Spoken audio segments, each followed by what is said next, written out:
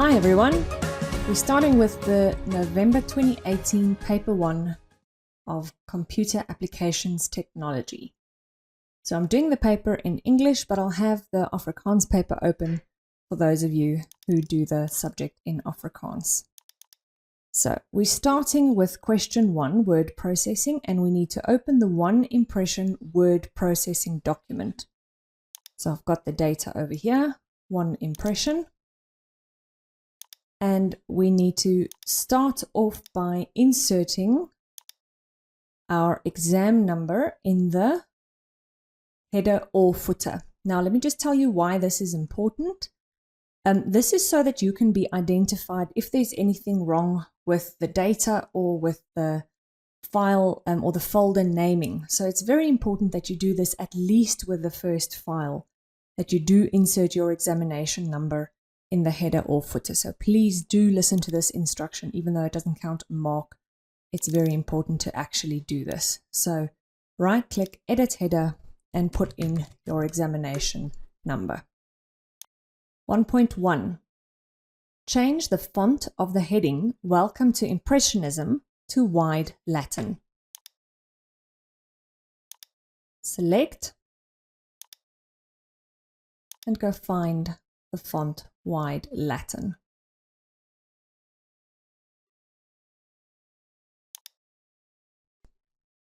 (1.2) Find the paragraph below the heading What is Impressionism and do the following.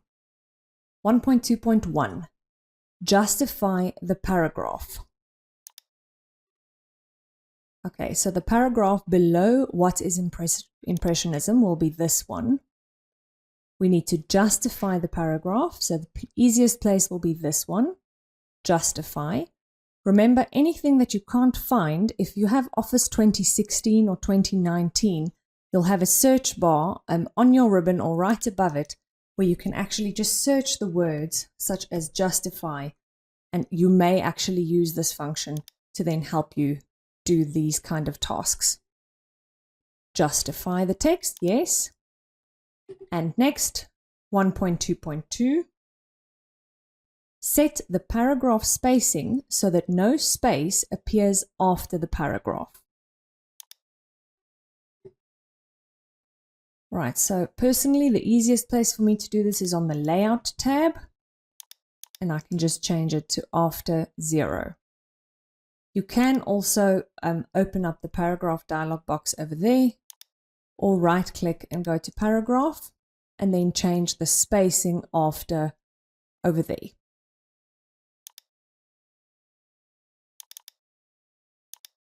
(1.3) Insert a bookmark on the text History, found in the paragraph below the subheading Impressionist Art Roots. Name the bookmark Monet.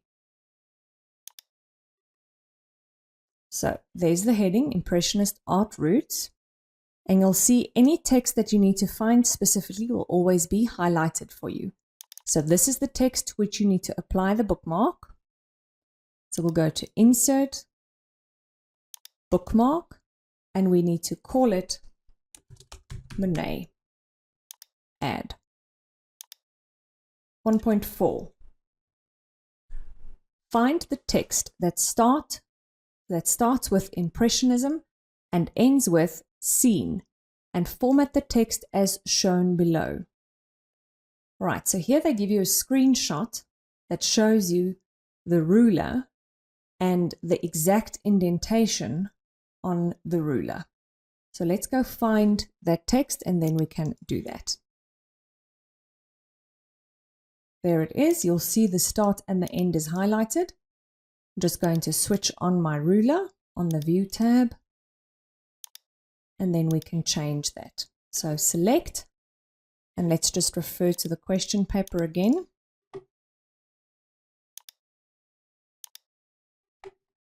So that's at 2 centimeters, a left indentation, and the right indentation is on 15 centimeters. So it is I think it should be a 1 centimeter. Let's see.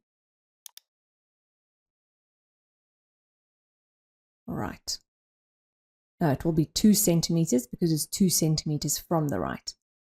All right, so you can either drag this to the correct position because it was actually shown to you this way, or the safer method is to go to the layout and actually set the indents exactly if you know the measurements, because the measurements need to be precisely correct. All right, so if you did drag it and this ended up being 1.99, then please correct this so that it is exactly 2 centimeters and exactly 2 centimeters, because otherwise you will lose your marks. So even if you did do it by hand, then please check that the end result is actually correct and that it is the exact measurements that was shown to you. In the same way, you can also do this on the paragraph dialog box, and this is done by the indentation left and right.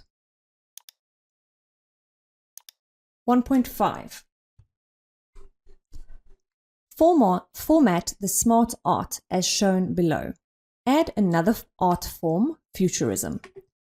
Let's go find the smart art. Here it is. And futurism needs to be the second one. Right, so click on the smart art. If this did not appear, you can just click on this little arrow. So to get another shape, we just press enter under suprematism, and then we add futurism. Okay. Next, add analytical as a sub-art form for cubism. So you press enter, analytical, and then there's 2 ways. You can either press tab to make it a sub one, or by the smart art design tab, you can press demote to actually move it as a sub item. Arrange the different art forms to display in the order shown below. So I'm going to just move this now so that I can see. So it's suprematism, futurism. Okay, so cubism and post-impressionism needs to swap. So I can move down and move up over here. So there you go. I just swap them around like that. That's the best way. And then lastly, apply any colorful variation to the shapes. Okay, now this is a specific term, right? They will never just ask you to use your own creativity, because that can't be interpreted and that can't be marked exactly, because then that's a subjective, subjective thing to mark. So if you look here by change colors, you always have to go check if there is actually a menu option to do this. So there you go. You'll see there's colorful. And if you actually check colorful, this is a variation. So any one of these are correct, but it is actually a colorful variation. And this is what you were supposed to do for that last mark. All right, so it's a design style that was applied. 1.6. Replace all occurrences of the text colors with a red colored symbol. And that's show the symbol, and they give you the character code, Wingdings 122. All right, so the text colors needs to be replaced, needs to be red, and the symbol is Wingdings 122. All right, so we go to, all right, now, if you need to replace text with a symbol, we actually need to insert the symbol beforehand, because if you replace text with a symbol, you can go and test that. It actually doesn't work. It actually just replaces it with this little block. So we need to first insert the symbol.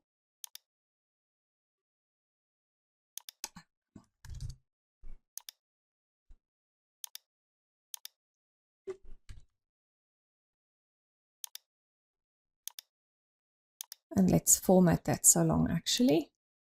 Red. And then we're going to cut this symbol. You'll see not with an enter or anything, just that little symbol. cut so that this is in the memory, so it's in the clipboard. Remember, anything that I've cut is in the clipboard. See? Now I go to replace, find what the text colors, and I replace it with the clipboard contents. You see? Now, they didn't actually give any indication that I need to be careful in terms of whole words only or matching the case. I'm just quickly going to say find, let's say highlight all. I just want to see 10 items. And if I say match case, also 10 items, and find whole words only, also 10 items. All right, so I think I'm safe if I don't actually apply that. But just be careful, if they'll usually phrase the question a little bit differently. If you need to be careful so that it doesn't actually replace a section of the word inside another word. Okay, then you need to apply these. Right, so replace all, and there you go, it worked. And you'll see that I actually removed the first one. Hey, I didn't just copy it, I cut it. 1.7. Change the artistic style as follows. Change the font to small caps. Set the width of the border to 3 points. And update all occurrences of the style. So, if we need to change a style, we have to work on the style toolbar over here. So we'll right click and modify the style. To change the style to small caps, we go to Format Font, Small Caps. There's a border, so that we go to under border. Needs to change to 3 points. Okay, just check that it actually applied. If it didn't, you'd have to go click.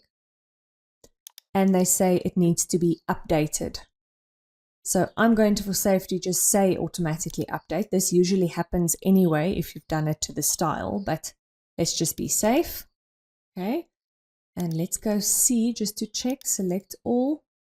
Yes, it does seem to have worked. Right. 1.8. 2 images appear below the subheading, Themes of Impressionism. Change the images so that they appear as shown below. Resize the second image to the same size as the first image. Place the 2 images side by side as shown below. Add a caption, a meadow in springtime, to the second image and ensure that the caption position matches that of the first image. Right, so this was probably the most difficult question in this paper. Let's see if we can get it right. Let me just check, where am I supposed to find this again? It is figure 1.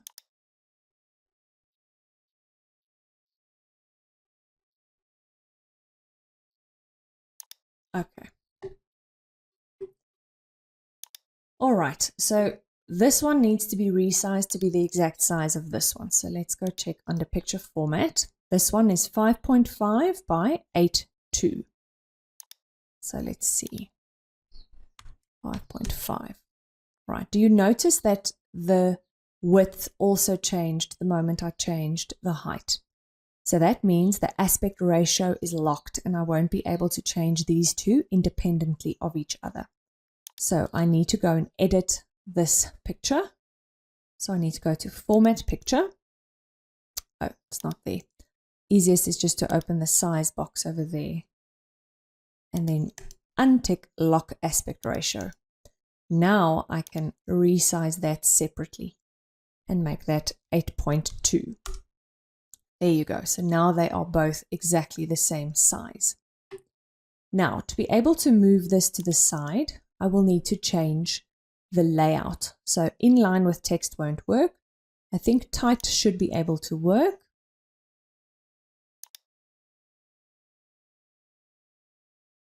see very carefully. Okay.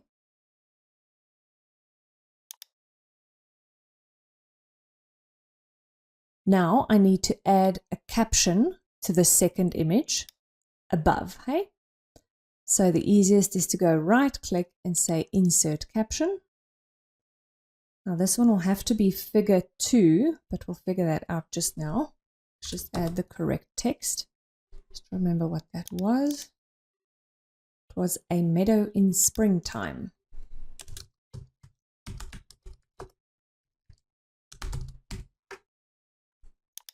Needs to be above the selected item. Okay. Now, let me see.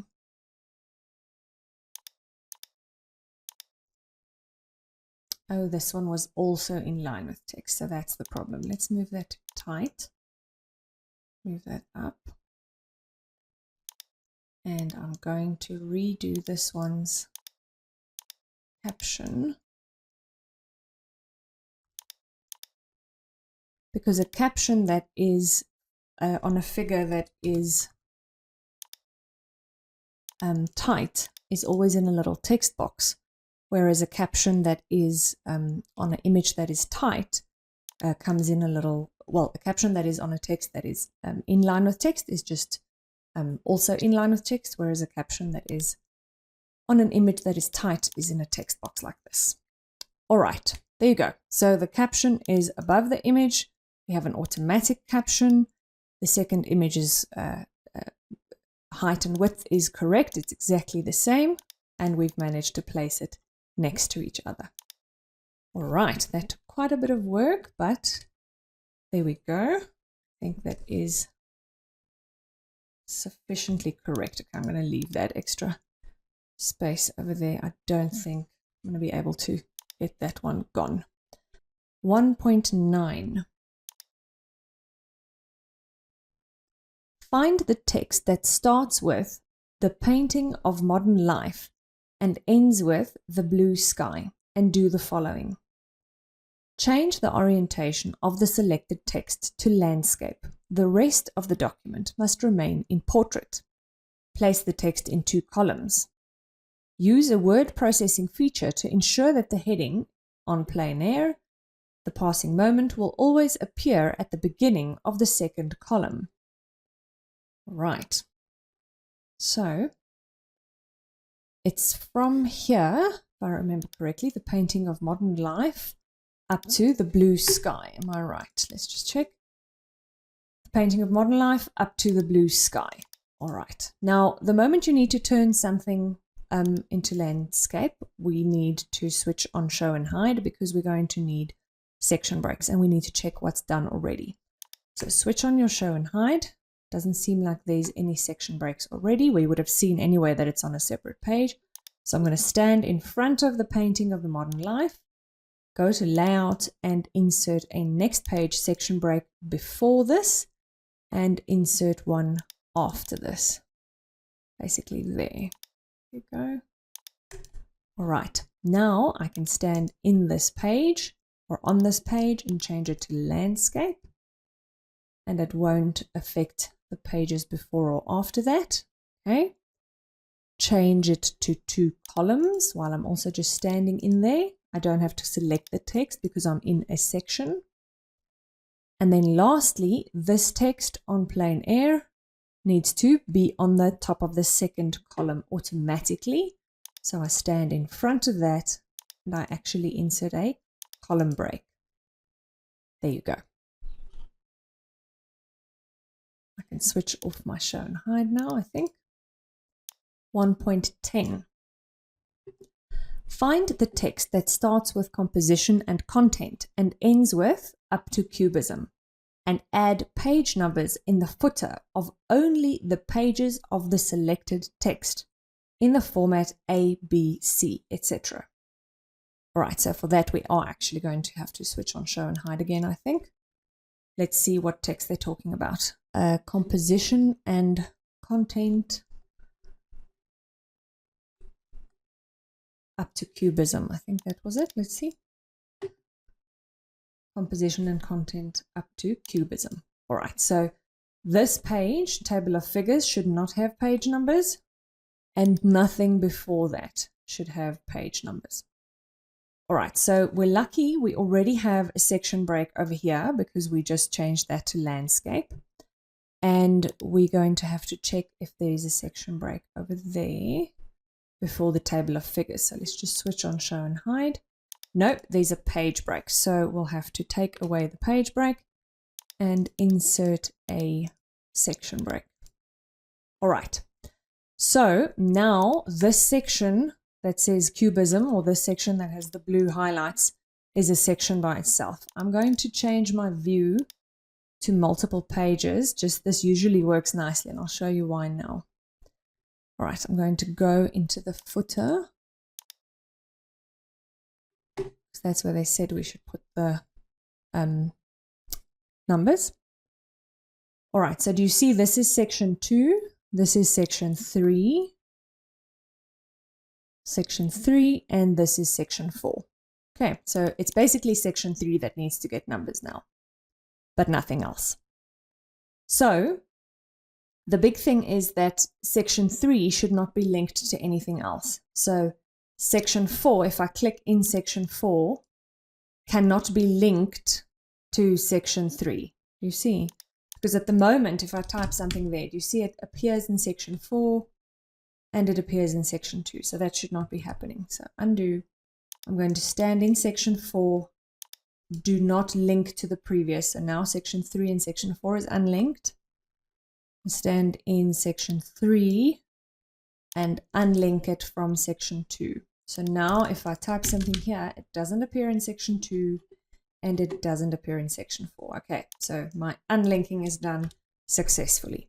Now I need to insert page numbers. Right, I don't think they said where in the page footer. Let's just double check. Add page numbers in the footer. Okay, they didn't say in the middle or somewhere, so anywhere in the footer. So I'm just going to put it like that. Okay, now if we zoom in there again, you'll see at the moment it says 9. So at the moment it just gives us normal numbers. Okay, so we need to go to format page numbers and then change it that it starts at 1 because we actually want it to start from ABC, and the format needs to be ABC. Let's check if this worked. All right, so there's nothing on section 2. Here it starts A, B, C, D, E, and nothing on the last page. There you go. 1.11. Insert an automatic table of figures below the text table of figures.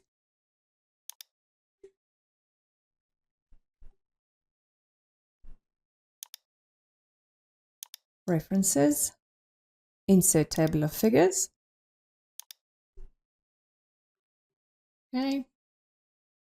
1.12. Update the index below the text index on the last page of the document. Right click, update field. There you go.